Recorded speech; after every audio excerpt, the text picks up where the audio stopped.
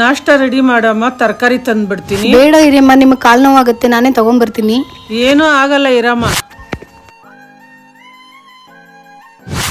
ಅಯ್ಯೋ ಅಮ್ಮ, ಸಿಕ್ಕಾಪಟ್ಟೆ ಕಾಲು ಸ್ಟಾರ್ಟ್ ಆಯ್ತಲ್ಲಪ್ಪ.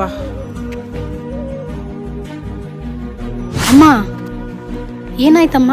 ಸಿಕ್ಕಾಪಟ್ಟೆ ಕಾಲು ನೋವು ಬಂದ್ಬಿಡ್ತು, ಸುಸ್ತಾಗಿ ಕೂತ್ಕೊಂಡ್ಬಿಟ್ಟೆ. ಕಾಲು ನೋವಲ್ವಮ್ಮ, ಅದಕ್ಕೆ ಹೋಗ್ಬಿಡಿ ಅಂತ ಹೇಳ್ದೆ. ಸರಿ ಬನ್ನಿ ಅಮ್ಮ, ಮನೆಗೆ ಹೋಗೋಣ.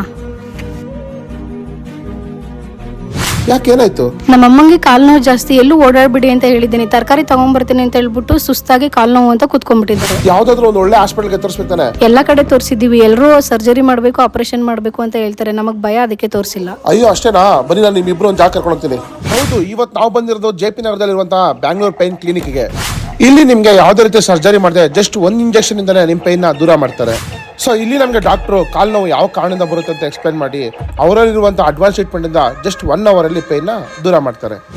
ಇಲ್ಲಿ ನಿಮಗೆ ಆಪರೇಷನ್ ಹಾಗೂ ಸರ್ಜರಿ ಅಂತ ಲಕ್ಷಾಂತರ ರೂಪಾಯಿ ಹಣ ಖರ್ಚು ಮಾಡೋಂಗಿಲ್ಲ. ಜಸ್ಟ್ 1 hour ಅಲ್ಲಿ ಒಂದು ಇಂಜೆಕ್ಷನ್ ಅಲ್ಲಿ ನಿಮ್ಮ ಪೈನ್ ನ ದೂರ ಮಾಡ್ತಾರೆ.